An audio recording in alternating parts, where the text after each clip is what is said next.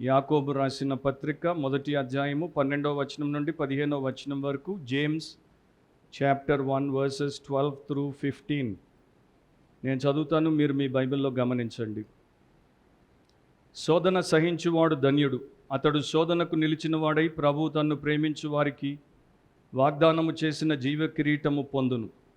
దేవుడు కీడు విషయమై శోధింపబడ నేరడు, ఆయన ఎవరిని శోధింపడు గనుక ఎవడైనను శోధింపబడినప్పుడు నేను దేవుని చేత శోధింపబడుచున్నానని అనకూడదు.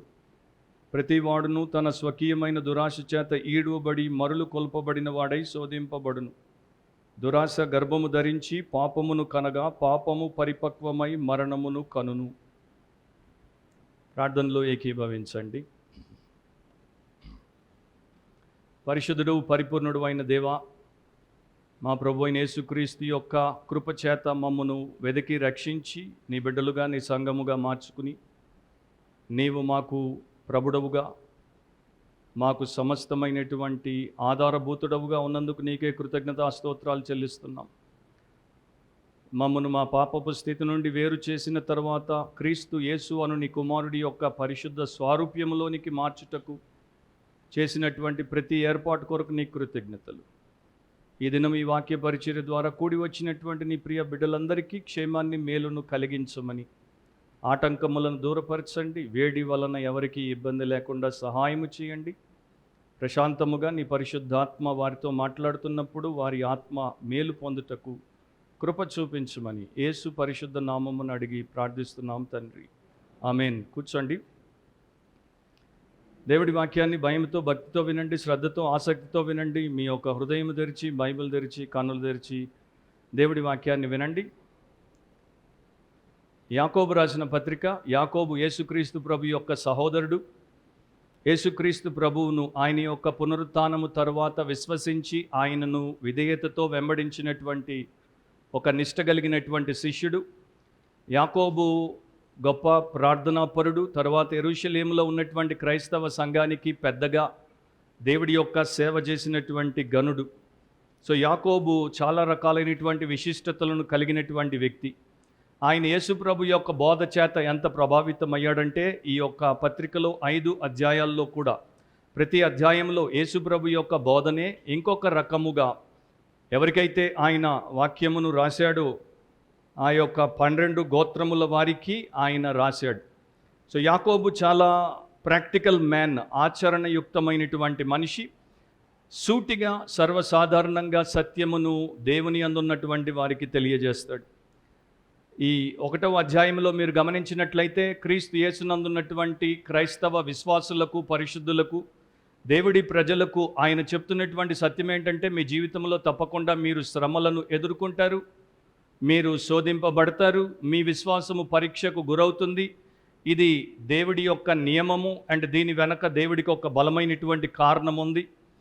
ఇది ప్రతి విశ్వాసికి ఎదురయ్యేటువంటి అంశము కనుక ఇది తప్పకుండా జరిగేటువంటి విషయము కనుక దాని గురించినటువంటి సరైనటువంటి అవగాహనను మీరు కలిగి ఉండటం మంచిది. రైట్ పర్స్పెక్టివ్ అనేది ఒక అంశముకు సంబంధించినటువంటి సరైనటువంటి అవగాహన మనకు చాలా బలాన్ని ఇస్తుంది, మనకు సరైనటువంటి స్థిరత్వాన్ని ఇస్తుంది. సో శ్రమలు విశ్వాస జీవితంలో వచ్చినప్పుడు వాటికి విలువనివ్వడము నేర్చుకోమంటున్నాడు. వాటి వైపు సరైనటువంటి వైఖరిని కలిగి ఉండుట నేర్చుకోమంటున్నాడు. ఎందుకంటే దేవుడు మీ జీవితాల్లో మిమ్మల్ని మెరుగుపరచడానికి, మిమ్మల్ని పర్ఫెక్షన్లోనికి అంటే పరిపక్వతలోనికి, కంప్లీషన్లోనికి, సంపూర్ణతలోనికి తీసుకురావడానికి వీటిని శ్రమలను ఒక పనిముట్టుగా, ఒక టూల్గా వినియోగిస్తాడు. అలా జరిగినప్పుడే మీ విశ్వాసం పరీక్షించబడినప్పుడే మీ విశ్వాసము నిజమైనదో యథార్థమైనదో లేదో తెలుస్తుంది. అండ్ అట్లా మీ యొక్క జెన్యున్ ఫెయిత్ని బట్టి మీరు భక్తిపరులుగా ఎదగడానికి, పరిపక్వత గలవారిగా ఉండడానికి, దేవుడి చిత్తము నెరవేర్చడానికి ఉపయోగపడుతుంది. ఈరోజు మన అంశం ఏంటంటే testing versus temptation. Testing versus temptation. పరీక్షింపబడుట వర్సెస్ శోధింపబడుట. పరీక్షింపబడుట వర్సెస్ శోధింపబడుట. సో 12 నుండి 15 వరకు ఉన్నటువంటి ఆ భాగంలో కొన్నింటిని నేను ఎక్కువ చెప్తాను, కొన్నింటిని క్లుప్తంగా చెప్తాను. మనకి ఏది అవసరమో దాని ప్రకారం మనం నేర్చుకుంటూ వెళ్తాం. మీరు జాగ్రత్తగా గమనించాలని కోరుతున్నాను. రెండు విషయాలు, 2 పాయింట్స్ దీంట్లో మనకు ఉంటాయి. ఒకటి ఎండ్యూరింగ్. 12వ వచనం రాసుకోండి. ఎండ్యూరింగ్ అంటే సహించుట, భరించుట, ఓర్చుకొనుట, దానిని తట్టుకొనుట. 12వ వచనంలో ఇట్లా రాయబడింది, శోధన సహించువాడు ధన్యుడు, అతడు శోధనకు నిలిచిన వాడై ప్రభు తన్ను ప్రేమించు వారికి వాగ్దానము చేసిన జీవ కిరీటము పొందును. సో యాకోబు శోధనల గురించి 2వ వచనం నుండి 11వ వచనం వరకు రాశాడు. తర్వాత 12వ వచనంలో కూడా దాని గురించినటువంటి ఒక గొప్ప సత్యాన్ని ఆయన చెప్తున్నాడు. శోధన సహించువాడు ధన్యుడు. శోధన అనేటువంటి పదము అక్కడ శ్రమ అని మనం తీసుకోవాలి. శ్రమను సహించువాడు ధన్యుడు. ఆ రెండిటికి ఉన్నటువంటి సంబంధం ఏంటో నేను మీకు కాసేపట్లో చెప్తాను.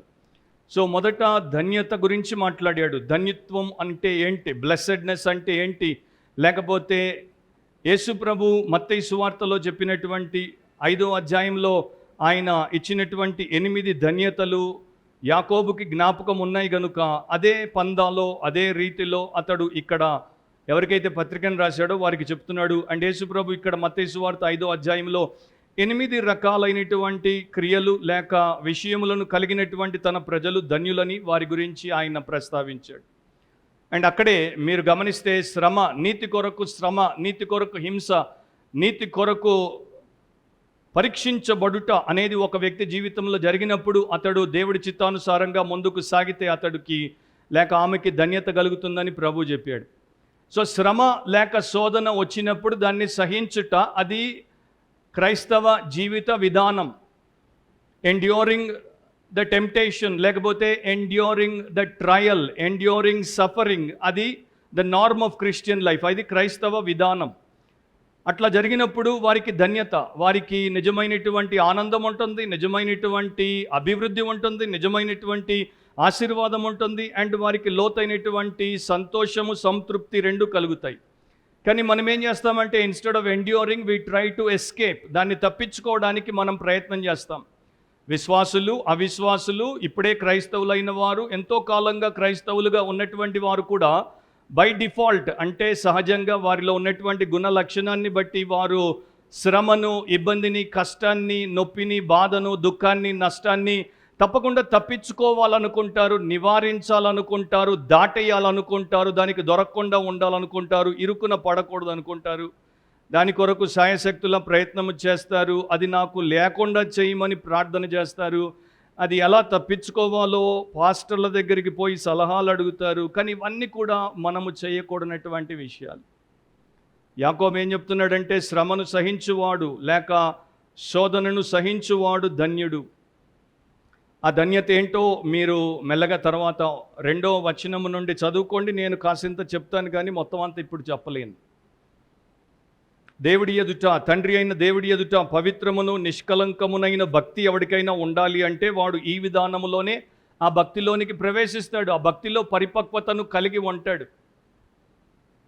ఈ రోజున అట్లాంటి బోధ మనకి చాలా తగ్గిపోయింది. నీవు యేసుని నమ్ముకుంటే నీకు శ్రమ ఉండదు అని చెప్పేవారు వారిని ఎప్పుడు కూడా పరిపక్వతలోనికి తీసుకురారు. వారిని ఇంకా పసిపిల్లలుగానే ఉంచుతారు. వారిలో ఆ యొక్క పసిపిల్ల చేష్టలు అట్లాగే ఉండిపోతాయి. వారిని అడల్ట్హుడ్లోనికి లేకపోతే పెద్దలుగా మార్చేటువంటి స్థితిలోనికి తీసుకురారు. కనుక ఆ బోధ వాక్యానుసారమైన బోధ కాదు.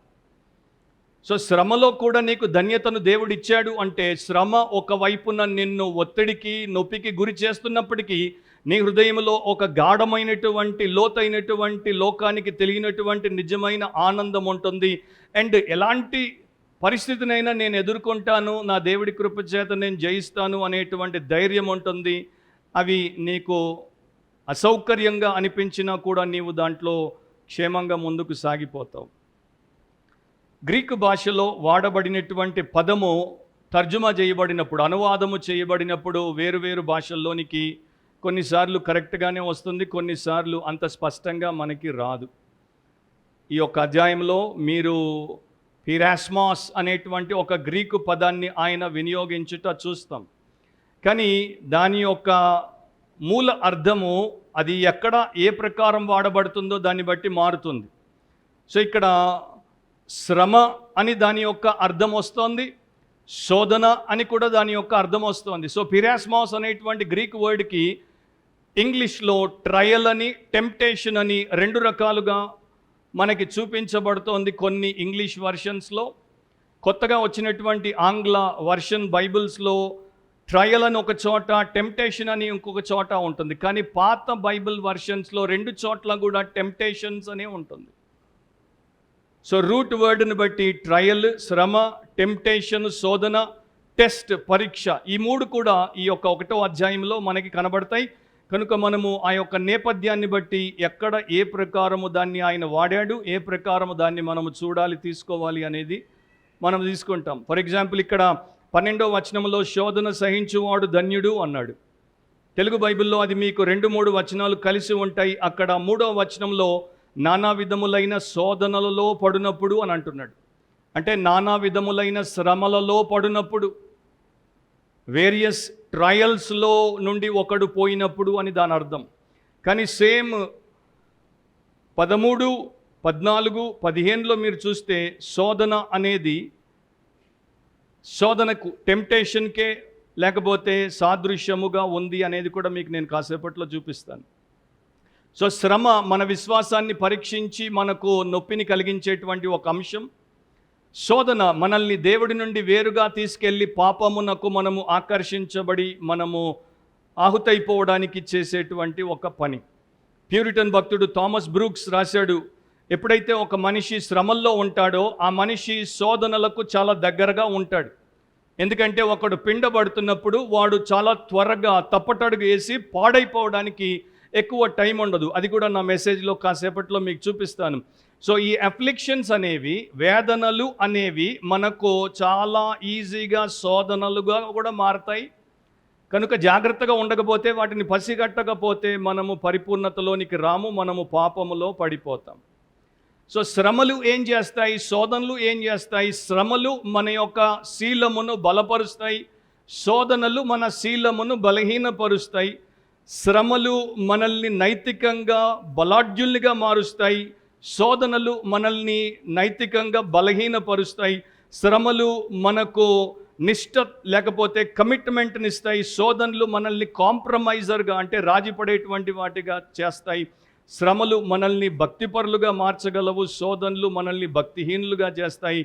శ్రమ అనేది మనకు ఫలం ఇస్తుంది, శోధన మనల్ని ఫలము లేని నిష్ఫలులుగా మిగులుస్తుంది. శ్రమ మనము దేవుణ్ణి సంతోషపెట్టుటకు ఉపయోగపడుతుంది, శోధన మాత్రము కేవలము మన సంతోషమే మనకు ముఖ్యమని మనల్ని ఆకర్షిస్తూ ఉంటుంది. సో బైబిల్ ప్రకారము, యాకోబు ప్రకారము ప్రతి విశ్వాసి, ప్రతి దేవుని బిడ్డ శ్రమ, శోధన రెండింటిని ఎదుర్కోవడానికి దేవుడి చేత నియమించబడ్డారు. నానా విధములైన శోధనలలో పడినప్పుడు అని ఆయన అన్నాడు. దాని అర్థం ఏంటంటే అనేక రకాలైనటువంటి శ్రమలు మనం ఎదుర్కోవచ్చు. మన జీవితంలో మనకి పేదరికం ఉండొచ్చు, మన జీవితంలో మనకి అనారోగ్యం ఉండొచ్చు, మనకి అపార్థాలు ఎదురవ్వచ్చు, మనము అన్యాయానికి గురి కావచ్చు, మనం హింసించబడవచ్చు, మనం నిందల పాలవ్వచ్చు. రకరకాల శ్రమలు మానవ జీవితంలో మనిషి ఎదుర్కొనేటువంటి ప్రతి విధమైనటువంటి శ్రమ మనకి ఎదురవ్వచ్చు. ఆ టైంలో మనం ఏం చేయాలి? ఇప్పుడు మీరు 1వ అధ్యాయం 2 నుండి 4 వరకు గమనించండి, నేను చదువుతాను. నా సహోదరులారా, మీ విశ్వాసమునకు కలుగు పరీక్ష ఓర్పును పుట్టించునని ఎరిగి మీరు నానా విధములైన శోధనలో పడినప్పుడు అది మహానందమని ఎంచుకొనుడి. మీరు సంపూర్ణులు, అనునాంగులను, ఏ విషయంలోనైనను కొదువు లేని వారినై ఉండునట్లు ఓర్పు తన క్రియను కొనసాగింపనీయుడి. సో దాన్ని మీరు మెడిటేట్ చేయండి. విశ్వాసానికి పరీక్ష అనేది దేవుడు పెడతాడు, అండ్ ఈ పరీక్ష చాలా అవసరమైనటువంటిది. మన జీవితంలో కూడా మనం అనేక రకాలైనటువంటి పరీక్షలకు, టెస్ట్లకు గురవుతాము. మన ఫ్యామిలీలో, మన అనుదిన జీవన విషయాల్లో మనము పరీక్షలకు గురవుతాము. మన బంధాల్లో మనం పరీక్షలకు గురవుతాము. నమ్మకమైన వారమో కామో అనేవి ఆ యొక్క పరీక్షలు బయటపెట్టేస్తాయి. మనము ఎడ్యుకేషన్లో పరీక్షలకు గురి కావాల్సిందే. మనము ఉద్యోగము తీసుకున్నప్పుడు పరీక్షలు పెడతారు. మనము వ్యాపారంలో పరీక్షలకు గురవుతాము. మనము ఆర్మీలో ఉంటే పరీక్షలకు గురవుతాము. మనం ప్రభుత్వంలో ఉంటే పరీక్షలకు గురవుతాము. పరీక్షింపబడినటువంటి పరిస్థితి జీవితంలో ఏ రంగంలో కూడా మనిషికి ఉండకుండా ఉండదు. అండ్ ఇక్కడ దేవుడు ఆత్మీయముగా మీరు పరిపక్వతలోనికి రావడానికి, మీ విశ్వాసం యథార్థమైనదో కాదో తెలియడానికి మీరు పరీక్షింపబడతారు అని అంటున్నాడు. యేసుప్రభు ఒకసారి ఒక ఉపమానం చెప్పారు. ఆ యొక్క విత్తువాని ఉపమానము అండ్ 4 రకాల నేలలు. దాంట్లో ఒక నేల గురించి ఇట్లా చెప్పారు. లూకా సువార్త 8:13 రాతి నేల నుండి వారెవరనగా వినునప్పుడు వాక్యమును సంతోషముగా అంగీకరించువారు, కానీ వారికి వేరు లేనందున కొంచెము కాలము నమ్మి శోధన కాలమున తొలగిపోవుదురు. ఈ శోధన అనేది సేమ్ గ్రీక్ వర్డ్ పెరెస్మాస్. సో వారికి శ్రమ వచ్చినప్పుడు వారు వాక్యాన్ని వింటారు. వారు చర్చికి రావచ్చు, మీటింగ్కి రావచ్చు, మరో చోట వారు వాక్యాన్ని వినొచ్చు. వారు వాక్యాన్ని విన్నప్పుడు వారికి వాక్యం నచ్చింది కనుక సంతోషంతో దాన్ని అంగీకరిస్తారు. కానీ వారికి వేరు లేదు గనుక, వారు దేవుడిలోనికి వేరు తన్ని లేరు గనుక, వారి విశ్వాసానికి ఆ యొక్క స్థిరమైన పట్టు లేదు గనుక, వారి జీవితంలో వారి విశ్వాసం పరీక్షించబడినప్పుడు శోధన కాలంలో, శ్రమ సమయంలో వారు తొలగిపోతారు, ఫెయిల్ అయిపోతారు. సో మనకి ఈ టెస్ట్ అనేది తప్పనిసరి కనుక ఆ టెస్ట్లో మనకు ఉండాల్సినటువంటి వైఖరి ఏంటి అంటే ఓర్చుకోమంటున్నాడు, సహించమంటున్నాడు. సో ఈ పరీక్ష ద్వారా యాక్చువల్గా దేవుడు మీలో ఏమి కరిగించాలనుకుంటున్నాడు? ఓర్పును పుట్టించాలనుకుంటున్నాడు. పేషెన్స్ అనేది ఎట్లా వస్తుంది? ప్రాబ్లమ్స్ వచ్చినప్పుడే. నాకు ప్రాబ్లం వద్దు, నాకు ప్రాబ్లం ఫ్రీ లైఫ్ కావాలి అంటే నీవెప్పుడు పర్ఫెక్షన్లోనికి రావు, నీవు ఒక పర్సన్గా హోల్నెస్లోనికి రావు. దేవుడు నిన్ను ఎందుకు సృష్టించాడో అది ఆయన నీలో చేయలేడు. సో దాని యొక్క పరిపూర్ణత ఏంటి అంటే 4వ వచనంలో చెప్తాడు చూడండి, మీరు సంపూర్ణులు అవ్వాలి, మీరు అనునాంగులు అవ్వాలి, మీలో ఏ విషయంలో కొదవలేని వారిగా ఉండునట్లు ఓర్పు తన క్రియను కొనసాగింపనీయుడి. సో మనము దేవుడు దాన్ని ఎందుకు అనుమతించాడో దాన్ని చూసి దాని యొక్క అంతం వరకు మనము ఓర్చుకోవాలి. రెండవది, ఆ సమయంలో మన విశ్వాసాన్ని బలపరుచుకోవడానికి మనం ఓర్చుకోవాలి. తర్వాత దేవుడి యందే విశ్వాసమును మనము కలిగి ఉంటూ స్థిరముగా దాన్ని ఓర్చుకుంటూ ముందుకు సాగాలి. అప్పుడు దేవుడు మనకు సాధించదలిచినటువంటి అంశమును సాధించి పెడతాడు. లోకస్తులకి శ్రమ, వేదన చాలా భయంకరమైనటువంటి విషయముగా ఉండొచ్చు. కానీ దేవుని ప్రజలకు, క్రైస్తవ విశ్వాసులకు అది ఒక ఘోరమైనటువంటి అంశము కాదు. అంటే affliction is not miserable to the child of God. దేవుడి బిడ్డకి అది ఘోరమైనటువంటి విషయం కాదు. ఇక్కడ మన ఆలోచనను మనం మార్చుకుంటే చాలా మేలు పొందుతాం. కీర్తనలో ఒక మాట ఉంది, 39వ కీర్తన 5వ వచనం, నా దినముల పరిమాణము నీవు బెత్తడంతగా చేసి ఉన్నావు, నీ సన్నిధిని నా ఆయుష్కాలము లేనట్టే ఉన్నది, ఎంత స్థిరుడైనను ప్రతివాడును కేవలము వట్టి ఊపిరి వలె ఉన్నాడు. సో ప్రపంచంలో ఉన్నటువంటి ఏ మనిషి అయినా ఎంత స్థిరుడైనా సరే, ఎంత స్టేబుల్ మ్యాన్గా ఉన్నా, అంటే అతనికి ఉండాల్సినవన్నీ ఉండి అతనికి డోకా లేదు అనుకున్నా కూడా అతడు కేవలము వట్టి ఊపిరి వలె ఉన్నాడు అని బైబిల్ చెప్తోంది. కనుక ఇలాంటి మనిషి దేవుడి మీద ఆధారపడుట ఎంత అవసరం, దేవుడి చిత్తానికి లొంగుట ఎంత అవసరం.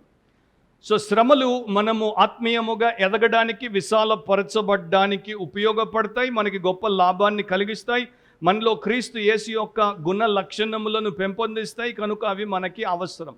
సో మన పర్స్పెక్టివ్ ఎట్లా ఉండాలి, మన వైఖరి ఎట్లా ఉండాలి? 4 మాటలు నేను మీకు చెప్తాను, ఎక్స్ప్లెయిన్ చేయను. ఒకటి, ఎక్స్పెక్ట్ యువర్ ట్రయల్స్. మీరు మీ శ్రమలను ఎక్స్పెక్ట్ చేయండి, ఆశించండి. తప్పకుండా నేను ఒక భక్తిపరురాలుగా బ్రతికితే నాకు శ్రమ వస్తుంది, ఎప్పుడు వస్తుందో, ఎట్లా వస్తుందో, ఏ రూపంలో వస్తుందో నాకు తెలియదు, కానీ వస్తుంది కనుక దానికి నేను సిద్ధం. రెండవది, ఎంజాయ్ యువర్ ట్రయల్స్. అది వచ్చినప్పుడు దాన్ని మీరు తీసుకొని విసుగు చెంది, దాన్ని బట్టి మీరు నసబెట్టి, దాన్ని బట్టి మీరు కృంగిపోయి, దాన్ని బట్టి మీరు దివాలా తీసినటువంటి వారి ముఖాలు పెట్టకుండా మీరేం చేయాలంటే అది మహానందమని ఎంచుకొనుడి. దాన్ని గొప్ప సంతోషముగా ఎంచుకోండి, గొప్ప లాభాన్ని తీసుకుని వస్తుందని ఎంచుకోండి. మిలిటరీలో చేరినోడిని ఇన్ని నెలలు ఎంత బలముగా వాడిని విరుస్తారంటే, వాడు ఆ విరవబడుతున్నటువంటి సమయంలో ఎంతో వేదనకి, రోదనకి గురవుతాడు. కానీ వాడికి ఎప్పుడు స్టార్లు గుర్తుకొస్తాయి. ఈ టైంలో ఈ స్టార్లు, తర్వాత నేను ఆర్మీ జనరల్ అయినప్పుడు నా మీద ఇక్కడ పెట్టే స్టార్లు గుర్తుకొస్తాయి. కనుక వాడు దాన్ని మహానందముగా ఎంచుకుంటాడు. అండ్ మూడవది ఏంటంటే, ఇవాల్యుయేట్ యువర్ ట్రయల్స్. మీ యొక్క శ్రమలను మీరు దేవుడి నుండి వచ్చాయా, లేక నేను పాపిష్టి పనులను చేసి సొంతగా కొని తెచ్చుకున్నానా, అవి చూసుకోండి. మీ అంతటా మీరు శ్రమలు తెచ్చిపెట్టుకోకండి, దేవుడి నుండి వచ్చే వాటిని రానివ్వండి. 4వది, అవి వస్తాయి, వచ్చినప్పుడు ఎండ్యూర్ యువర్ ట్రయల్స్. వాటిని మీరు తప్పకుండా సహించండి, భరించండి. అప్పుడు మీరు ధన్యతలోనికి వస్తారు. నాకు ఒక కుక్క కథ జ్ఞాపకం వస్తోంది. ఒక ముసలి కుక్క ఒక రోజున రైతు పొలంలోనికి వచ్చింది. తెలియకుండా పోయి రైతు యొక్క పాడుబడిన బావిలో పడిపోయింది. కాసేపటికి రైతు వచ్చాడు. వచ్చి చూసినప్పుడు కుక్క అరుస్తోంది కనుక అక్కడికి వచ్చి చూస్తే ఆ పాడుబడిన బావిలో కుక్క పడుంది. సో చూశాడు, బావి పనికిరాదు, ఈ కుక్క ముసలిది, ఇది కూడా పనికిరాదు, దీన్ని బయటికి తీసేటువంటి అవసరమే లేదు అని చెప్పి పక్కనే ఉన్నటువంటి మట్టిని తీసుకుని అతడు ఆ గుంటను లేక బావిని పూడ్చేందుకు దాన్ని వేస్తున్నాడు. ఫస్ట్ ఒక మట్టి కుప్ప వచ్చి కుక్క వీపు మీద పడగానే దానికి ఒక్కసారి దెబ్బ తగిలింది, అదిరిపోయింది. అది దానికి కాసేపటికి అర్థమైపోయింది ఇతడు నన్ను పాతేస్తున్నాడు అని. కానీ అది వెంటనే ఆలోచన చేసింది, ఇతడు నన్ను ఏ పదార్థంతో పాతి పెట్టబోతున్నాడో అదే పదార్థాన్ని వాడి నేను పైకి రావచ్చు కదా అని. సో అతడు ఆ యొక్క షవల్తో ఆ యొక్క మట్టిని దాని మీద వేస్తే వీపు మీద పడగానే అది దాన్ని షేక్ ఆఫ్ చేసింది అండ్ ఆ మట్టి మీద స్టెప్ పెట్టింది. సో అట్లా ఎన్ని దెబ్బలు తిన్నదో మీరు లెక్క పెట్టుకోండి. అన్నిసార్లు ఆయన మట్టిని వేసాడు, అన్నిసార్లు దులుపుకుంది, పైకి ఎక్కి నిలబడింది. చివరికి ఆయన గుంట మూసేసరికి, బావి మూసేసరికి కుక్క బయటకు వచ్చేసింది. చాలాసార్లు నాకు అనిపించేది కుక్కకున్న వైఖరి, కుక్కకున్నటువంటి దృష్టికోణం మనుషులకు ఉంటే అంత బాగుండును. సో తనను పాటి పెట్టడానికి అతడు వాడినటువంటి పదార్థముతోనే అది పైకి వచ్చేసింది. అంత అమోఘమైనటువంటి పని చేసింది. సో శ్రమలు మన మీద అట్లా పడి కొడుతున్నప్పుడు వాటిని మనము స్టెప్పింగ్ స్టోన్స్గా వాడుకోవాలి, అది దేవుడు చెప్తున్నాడు. అట్లాంటి వారికి శోధనకు నిలిచిన వాడై ప్రభు తన్ను ప్రేమించి వారికి వాగ్దానము చేసిన జీవ కిరీటం పొందును. సో ఈ జీవ కిరీటాన్ని ఎవరు పొందుతారంటే ఆయన్ని ప్రేమించారు, ఆయన పెట్టిన పరీక్షల్లో నమ్మకంగా ఉన్నారు, చివరిదాకా నిలబడ్డారు కనుక వారిని దేవుడు ఈ యొక్క జీవ కిరీటముతో దీవిస్తాడు. ప్రకటన గ్రంథం 2వ అధ్యాయం 10వ వచనంలో యేసుప్రభు చెప్పాడు ఒక సంఘానికి, స్మరణ సంఘానికి, ఇదిగో మీరు శోధింపబడినట్లు అపవాది మీలో కొందరిని చెరలో వేయింపబోచున్నాడు. 10 దినములు శ్రమ కలుగును, మరణం వరకు నమ్మకముగా ఉండుము, నేను నీకు జీవ కిరీటం ఇచ్చేదను. సో 10 days మీకు శ్రమ ఆయన వారికి క్లియర్గా ప్రామిస్ చేశాడు. మీరు చాలా మంచి పరిశుద్ధమైనటువంటి సంఘం అని వారి గురించి కితాబ్ ఇచ్చాడు. కానీ అట్ ద సేమ్ టైం వారికి ఏం చెప్పాడు, మీకు 10 దినాలు శ్రమ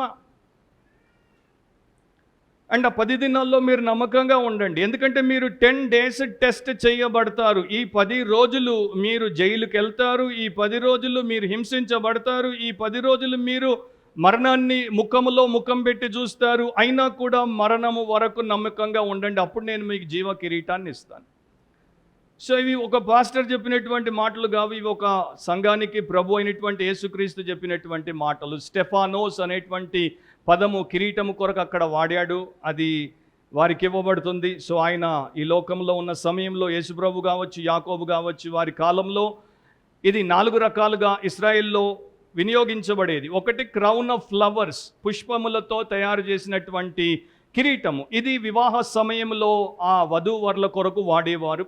రెండవది క్రౌన్ ఆఫ్ జ్యువెల్స్, నగలతో తయారు చేసినటువంటి కిరీటము, ఇది రాజరికానికి అధికారానికి సూచన గనుక రాజులకు దీన్ని వాడేవారు. మూడవది క్రౌన్ ఆఫ్ లీవ్స్, ఆకులతో అల్లినటువంటి కిరీటము, ఇది ఒలింపిక్స్లో ఇస్తిమియన్ గేమ్స్లో గెలిచినటువంటి క్రీడాకారులకు ఇచ్చేటువంటి బహుమానము. అండ్ నాలుగవది క్రౌన్ ఆఫ్ ఆనర్, ఘనతకి సంబంధించిన కిరీటము, ఆ సమాజంలో గౌరవము జ్ఞానం ఉన్నటువంటి పెద్దలకు దీన్ని వారు ఇచ్చేవారు. సో ఇక్కడ యాకోబు ఏం చెప్తున్నాడు, యాకోబు ఈ 4 గురించి మాట్లాడుతున్నాడు. జీవ కిరీటములో ఈ 4 ఉన్నాయి. మనము దేవుడి పిల్లలముగా, రాజు యొక్క కుమారులముగా, కుమార్తెలముగా అంగీకరించబడ్డాము కనుక దేవుడు మనకు ఆ కిరీటాన్ని ఇస్తాడు. మనం యేసుక్రీస్తు మూలముగా దుష్టుణ్ణి జయించాము కనుక దేవుడు మనకు ఆ కిరీటాన్ని ఇస్తాడు. అండ్ మనము దైవ జ్ఞానముతో దేవుడి మహిమలో మనము కూడా ఘనపరచబడతాం కనుక మనకి ఈ కిరీటాన్ని దేవుడు ఇస్తాడు. కాకపోతే ఆ కిరీటాన్ని మనకివ్వడానికి, జీవ కిరీటాన్ని మనకివ్వడానికి యేసు ప్రభు మన పక్షమున మరణ కిరీటమును ధరించాడు. దాన్నే మనము మన భాషలో ముళ్ళ కిరీటం అంటాం.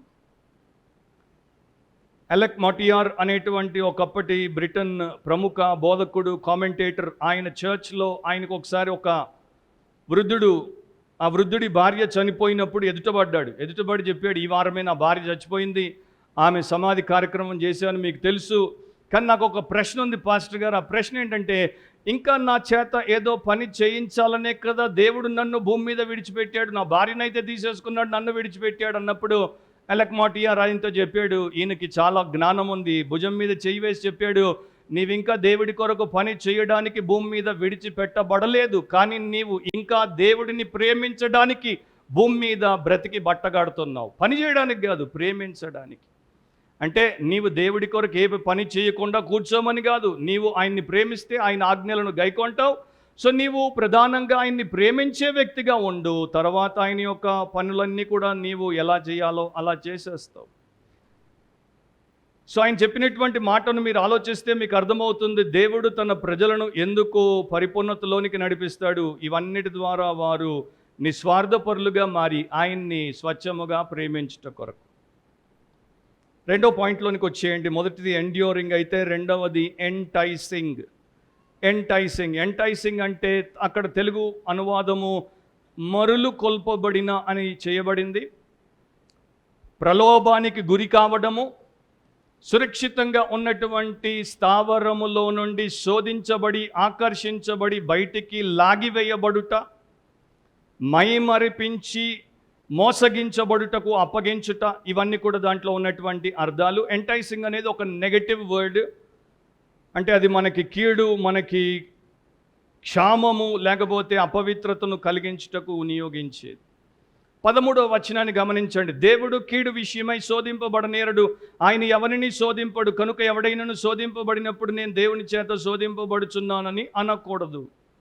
సో ఇక్కడ ఒక ఖచ్చితమైనటువంటి సత్యము దేవుడి గురించి, ఆయన స్వభావం గురించి, ఆయన యొక్క విధానం గురించి యాకోబు చెప్తున్నాడు. మొదట ఏమంటున్నాడు?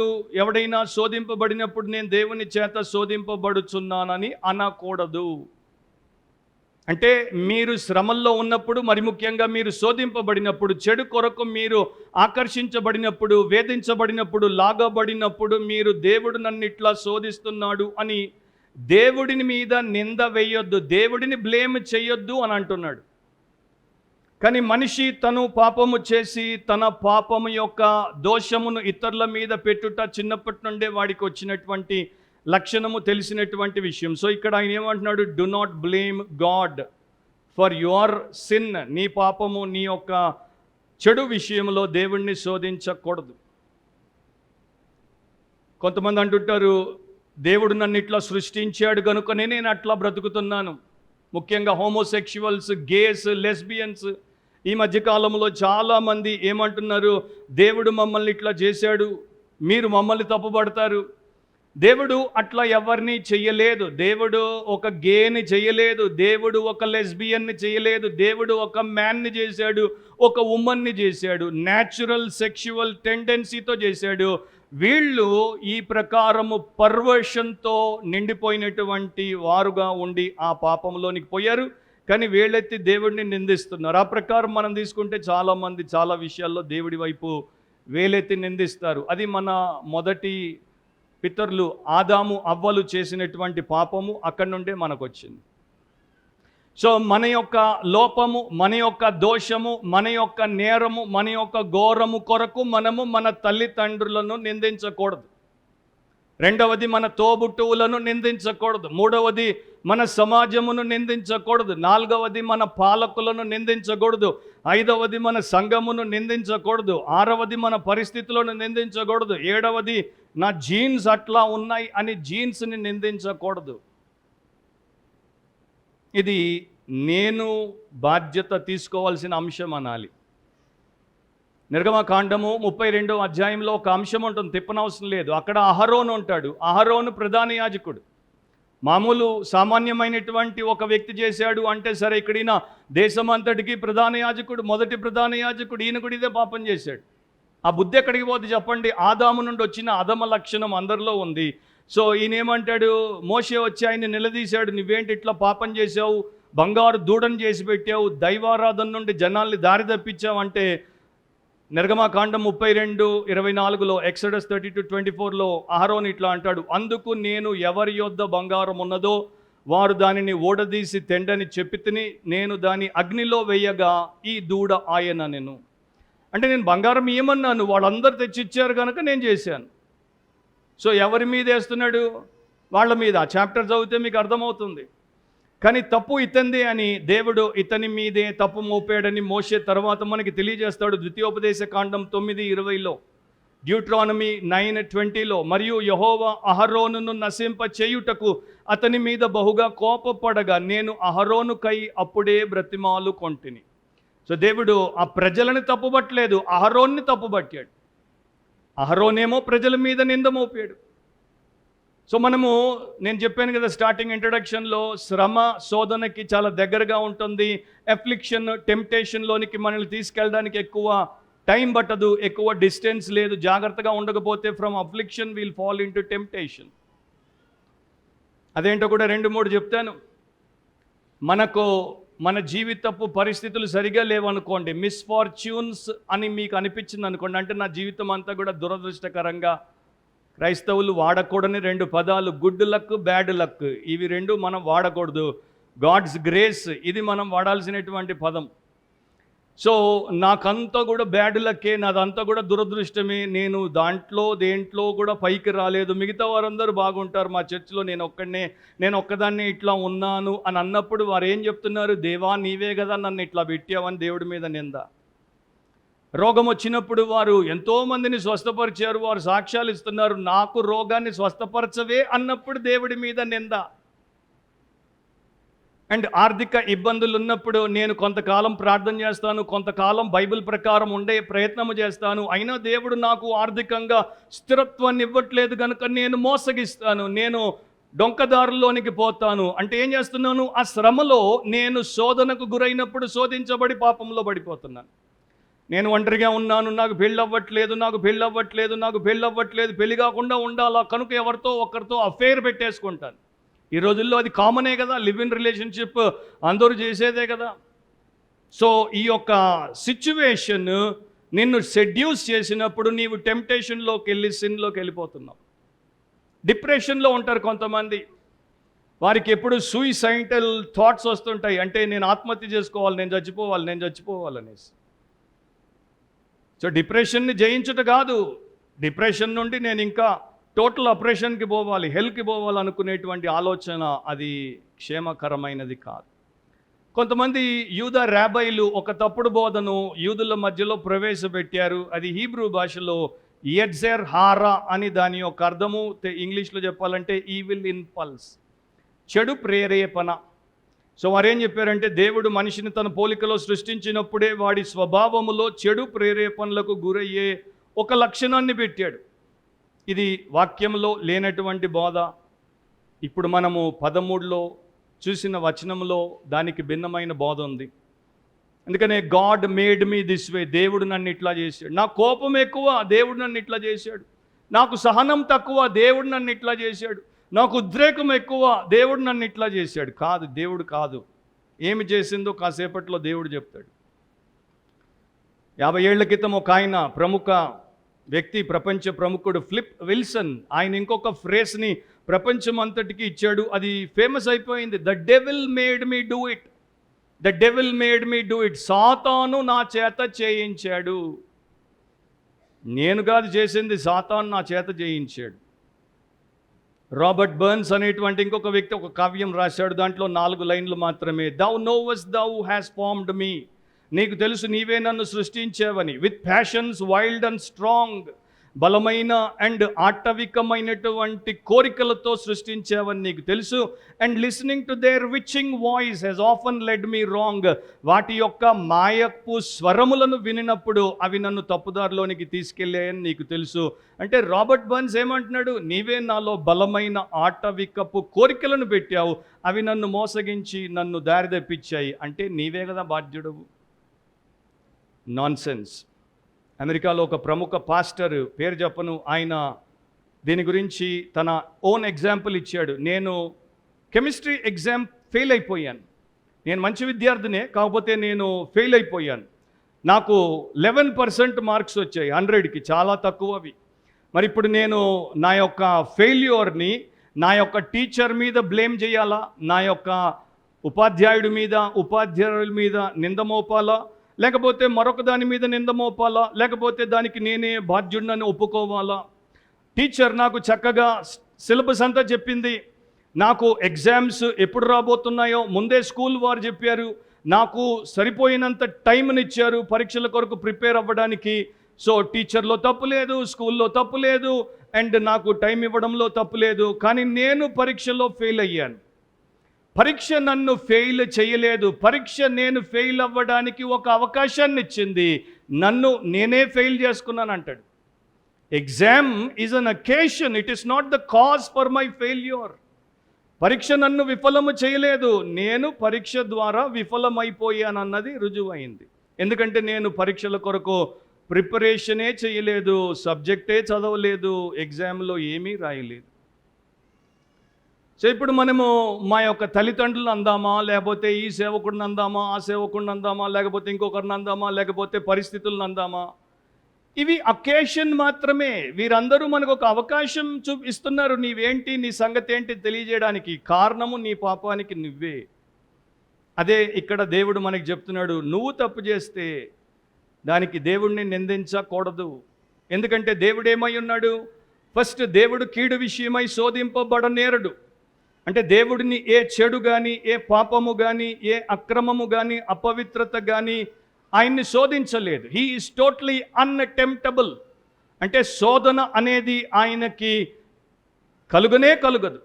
పాపము ఆయన్ని ఎంత చేసినా కూడా ఆకర్షించదు. అండ్ ఆయనకి ఎంత పరిశుద్ధమైనటువంటి నేత్రాలు ఉన్నాయంటే పాపం వంక ఆయన చూడడు అని హబక్కులో దేవుడి వాక్యం మనకి చెప్తోంది. ఆయన ఎంత పవిత్రుడంటే ఆ అగ్ని ముందు ఏ అపవిత్రమైనటువంటి చిత్తు కాగితము నిలబడదు, అంత దహించి వేయబడుతుంది, ఆయన్ని తాకదు. సో దేవుడు పాపం విషయంలో, కీడు విషయంలో శోధింపబడనేరడు. కనుక ఆయనలో ఆ స్వభావం లేదు. ఆయనలో ఉన్నది ఒకటే స్వభావం, పరిశుద్ధత, పరిపూర్ణత. సో ఆయన ఎవడిని కూడా పాపములో పడవేయడానికి శోధించడు. ఎవడిని కూడా అసంపూర్ణతలోనికి, అపవిత్రతలోనికి దేవుడు లాగడు. దేవుడు ప్రతి ఒక్కడిని పాపము నుండి బయటికి లాగుతాడు, పవిత్రతలోనికి లాగుతాడు, పరిపూర్ణతలోనికి లాగుతాడు. కనుక దేవుడి యొక్క స్వభావం ఏంటో మీరు తెలుసుకుంటే ఇట్లాంటి మూర్ఖపు, మోసపు మాటలు మాట్లాడరు. కాబట్టి దేవుడు ఏం చేస్తాడంటే టెస్ట్ చేస్తాడు. ఆదికాండం 22:1 మనకి తెలుసు. మీరు చదివితే అక్కడ ఆ సంగతులు జరిగిన తర్వాత దేవుడు అబ్రహామును శోధించాను కాదు, పరిశోధించాను. అంటే అతన్ని టెస్ట్ చేశాడు. ఇతని యొక్క హృదయము నాదే కాదో చూద్దామని చెప్పేసి లేక అతనికి ఒక బిడ్డనిచ్చాడు. ఆ కుమారుడిని వెంటనే అడిగేశాడు. అది కూడా కొన్ని సంవత్సరాలు టీనేజర్గా మారేంత వరకు ఆగిన తర్వాత, వీరికి అటాచ్మెంట్ అనేది వచ్చేంత వరకు ఆగాడు దేవుడు. అబ్రహాము, ఇస్సాకులు మరి ఒకరితో ఒకరం బంధం పెనవేసుకుని విడదీయలేనటువంటి బంధంలోనికి వచ్చే వరకు ఆగాడు. ఆగిన తర్వాత మొదట నీకు నాకున్న బంధము గొప్పదిగా నువ్వు చూపుతావో, ఈ మధ్యలో వచ్చినటువంటి కొత్తోడితో నీకున్న బంధము నాకన్నా ఎక్కువదని చూపుతావో, ఇప్పుడు నేను నీకు పరీక్ష పెడతానని పెడితే అబ్రహాం ఎంత బెస్ట్ ఫాదర్, ఎంత బెస్ట్ హ్యూమన్ బీయింగ్ అంటే వెంటనే మరుసటి ఉదయానికే నిరూపించేశాడు. I have no attachment to this Isaac. ఈ ఇస్సాకుతో నాకు నిజంగా ఏ రకమైనటువంటి ఆ బంధము లేదు. కడుపున పుడితే పుట్టాడు, లేటుగా పుడితే పుట్టాడు, ముద్దుగా ఉంటే ఉన్నాడు, నవ్వునిస్తే ఇచ్చాడు, సంతోషాన్ని కలిగిస్తే కలిగించాడు, వంశోద్ధారకుడు అయితే అయ్యాడు. నీ ముందు వీడెంత బలివ్వమన్నావు, ఇచ్చేస్తాను వచ్చేసాడు. అది ప్రతి క్రిస్టియన్ ఫాదర్, ప్రతి క్రిస్టియన్ మదర్ ఉంటే ఎంత బాగుంటుంది. అట్లాంటి వారిని నేను నా క్రిస్టియన్ లైఫ్ సర్వీస్లో చాలా తక్కువ మందిని చూశాను. అందుకని నేను అంటాను, సెంటిమెంట్ మనల్ని నాశనము చేసే ఒక లక్షణం. అబ్రహాముకి సెంటిమెంట్ లేదు, అబ్రహాం కమాండ్మెంట్కి లోబడ్డాడు. యేసు ప్రభు మత్తయి సువార్త 4వ అధ్యాయంలో మీరు చూస్తే యేసు ప్రభు అరణ్యంలో ఉన్నప్పుడు 40 దినాలు ఏమి తినకుండా ఉన్నప్పుడు ఆయనకు ఆకలేసిందని బైబిల్ చెప్తోంది. ఆయన దేవుడి చేత పరీక్షించబడ్డాడు. పరిశుద్ధాత్ముడు ఆయన్ని తీసుకెళ్ళాడు. సో దేవుడు ఆయన్ని పరీక్షించాడు అండ్ సాతాను ఆయన్ని శోధించాడు. ఆ రెండు మనకు అక్కడ కనిపిస్తాయి. Jesus was tested by God, tempted by the devil and he came out victorious in both. సాతాను శోధనలో ఆయన జయించాడు, దేవుడి పరీక్షలో ఆయన జయించాడు. రెండింటిలో కూడా ఆయన విఫలం అవ్వలేదు. సో దేవుడు మనకి మేలు చేస్తాడు, దేవుడు మనకి కీడు చేయడు. 14-15లోనికి వచ్చేయండి, మనం ముగింపులోనికి వద్దాం. ఇప్పుడు అసలు కారణం చెప్తాడు. ఇప్పుడు శోధన అంటే నిజంగానే పాపానికి ప్రేరేపణ, పాపం వైపు మనము లాగబడుట, చెడు కొరకు మనల్ని అది మైమరిపించి మోసగించుట. ప్రతి వాడును తన స్వకీయమైన దురాశ చేత ఈడవబడి మరులు కొల్పబడిన వాడై శోధింపబడిన. సో ఇప్పుడు యాక్చువల్ సోర్స్ ఆఫ్ టెంప్టేషన్ చెప్తున్నాడు. ఎక్కడి నుండి శోధన వస్తుంది? ఇక్కడ ఫస్ట్ ఆఫ్ ఆల్ ఒక సత్యం తెలుసుకుందాం. ప్రతి వాడు విశ్వాసిగా మారిన తర్వాత ప్రతి ఒక్కడికి శ్రమ వస్తుంది, ప్రతి ఒక్కడికి శోధన వస్తుంది, ప్రతి ఒక్కడు పరీక్షించబడతాడు. అండ్ 1 కొరింథీ 10:13 సాధారణముగా మనుషులకు కలుగు శోధన తప్ప మరి ఏది మీకు సంభవింపలేదని కొరింథీ క్రైస్తవులకు ఆయన చెప్తున్నాడు. అంటే కామన్ అన్నమాట. Temptation to a Christian is a common thing and every Christian will be tempted. ప్రతి క్రైస్తవుడు శోధించబడతాడు.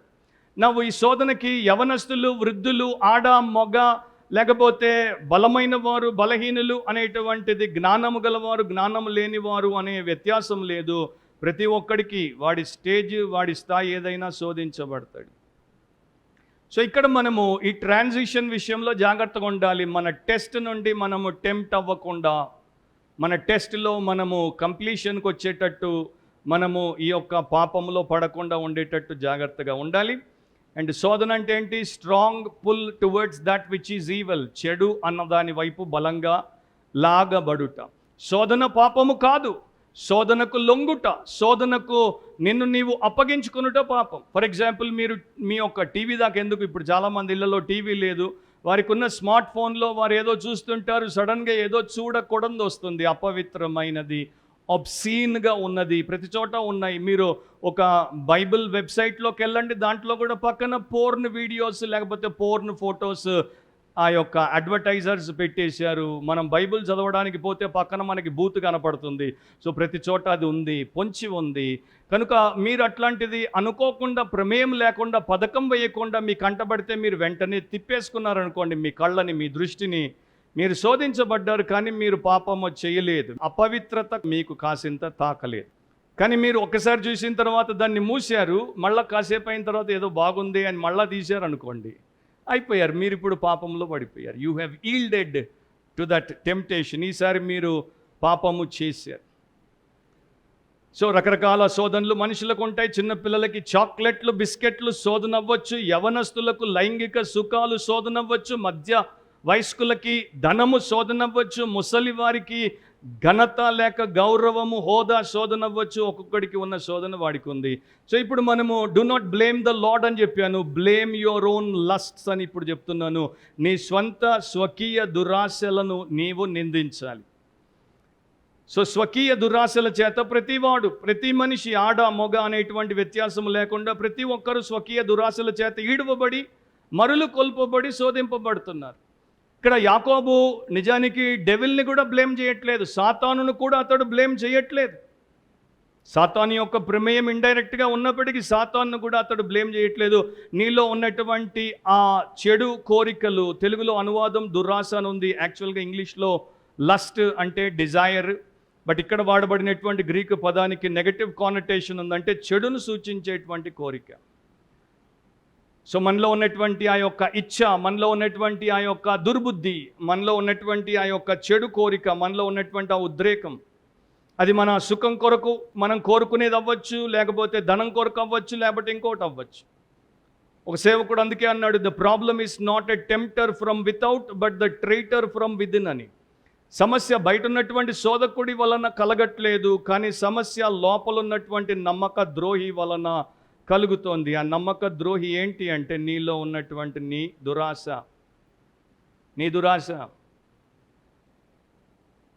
ఇక్కడ లస్ట్ అంటే యూజువల్లీ బిబ్లికల్గా లస్ట్ అంటే ఇచ్చ అంటే కామేచ్ఛతో పోలుస్తారు, సెక్షువల్ లస్ట్తో పోలుస్తారు. ఎందుకంటే సెక్షువల్ లస్ట్ అన్నిటికన్నా బలమైనటువంటిది, లైంగిక పరమైనటువంటి చెడు కోరిక అన్నిటికన్నా బలమైనటువంటిది. ఏ మనిషినైనా అట్లా అది గ్రిప్ చేసి పట్టుకునేటువంటి శక్తిని వినియోగిస్తుంది కనుక. కానీ ఇక్కడ ఆయన సెక్షువల్ లస్ట్ గురించే చెప్పట్లేదు, ఏదైనా కావచ్చు, ఎనీ లస్ట్, దేనికి సంబంధించినటువంటి దురాశ అయినా అవ్వచ్చు.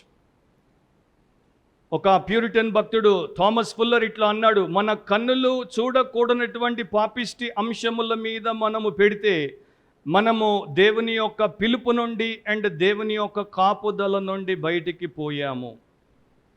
సో అట్లా పోకుండా చూసుకోవాలి. విలియం గుర్నాల్ అనేటువంటి ఇంకొక ప్యూరిటన్ భక్తుడు అంటాడు, నీ క్షణికోద్రేకం కొరకు, నీ దురాశను సంతోషపెట్టుటకు నిత్యము అగ్ని గంధకాలతో మండే గుండానికి పోవుట మంచి బేరమా?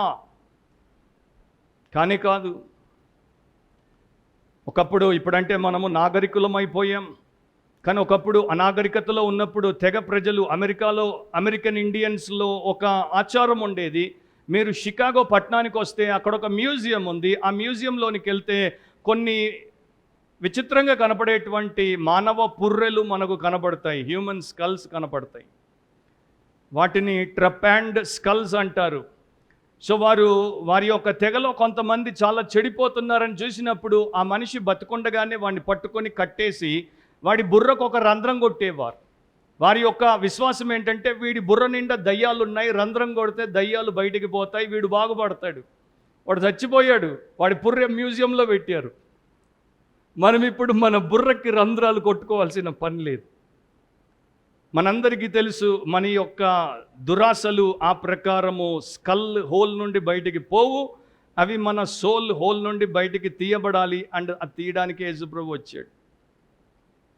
అండ్ ఇక్కడ ఆయన ఒక చాలా చక్కని వర్డ్ పిక్చర్ని వాడాడు. స్వకీయమైన దురాశ చేత ఈడవబడి మరలు కొల్పబడిన వాడై శోధింపబడును.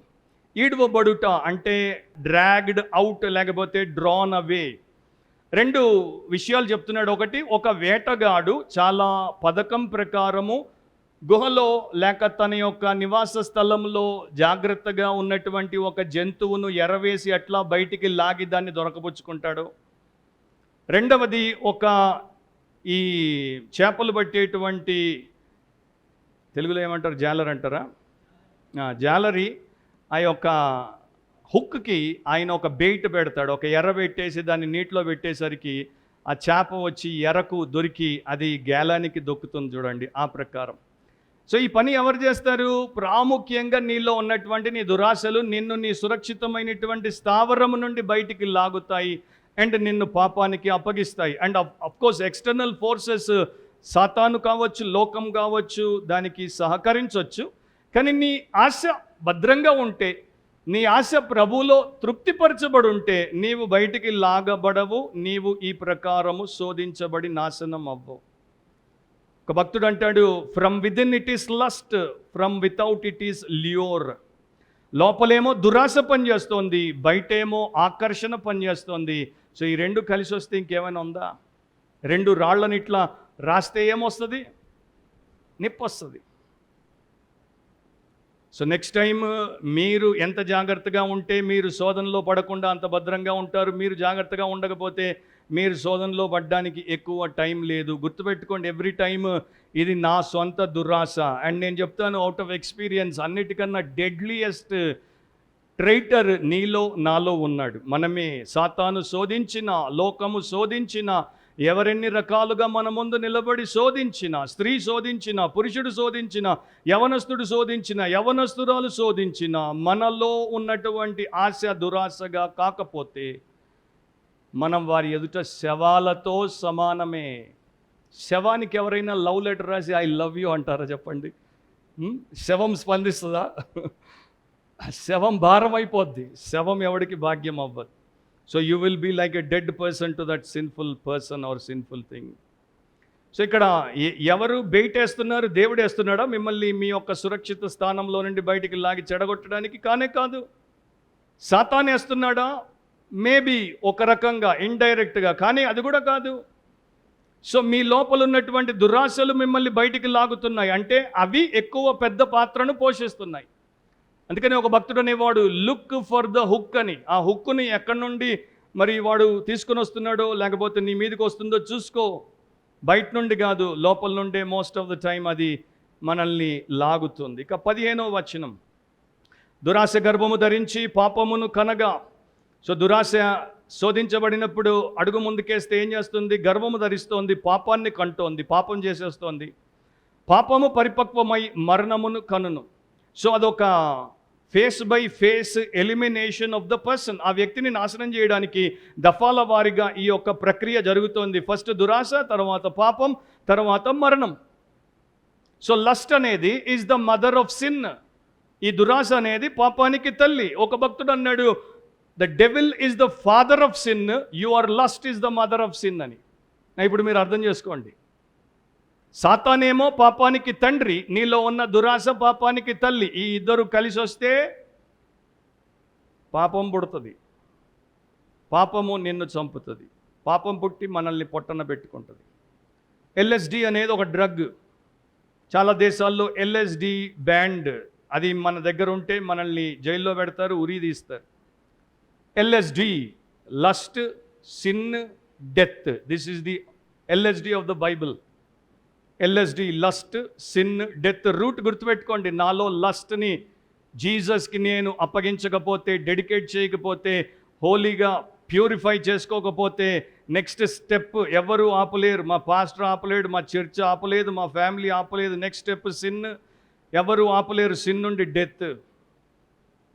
అండ్ ఈ మాట నేను చెప్పి ముగించేస్తాను. ఈ 3 స్టెప్పులు ఒక వ్యక్తిలో దేవుడు మనకు చూపిస్తాడు. ఆయన పేరు దావీదు. దేవుని హృదయానుసారుడైన దావీదు దురాశాపరుడైపోయాడు. 2వ సమూయేలు 11వ అధ్యాయం స్టోరీ మనకి తెలుసు. నేను అక్కడ 3 స్టెప్పులు చెప్పేసి ముగిస్తాను, జాగ్రత్తగా గమనించండి. దావీదుని అతని యొక్క దురాశ అతని యొక్క సురక్షిత స్థావరం నుండి ఎట్లా బయటికి లాగింది. మొదటి స్టెప్ ఏంటంటే హీ సా.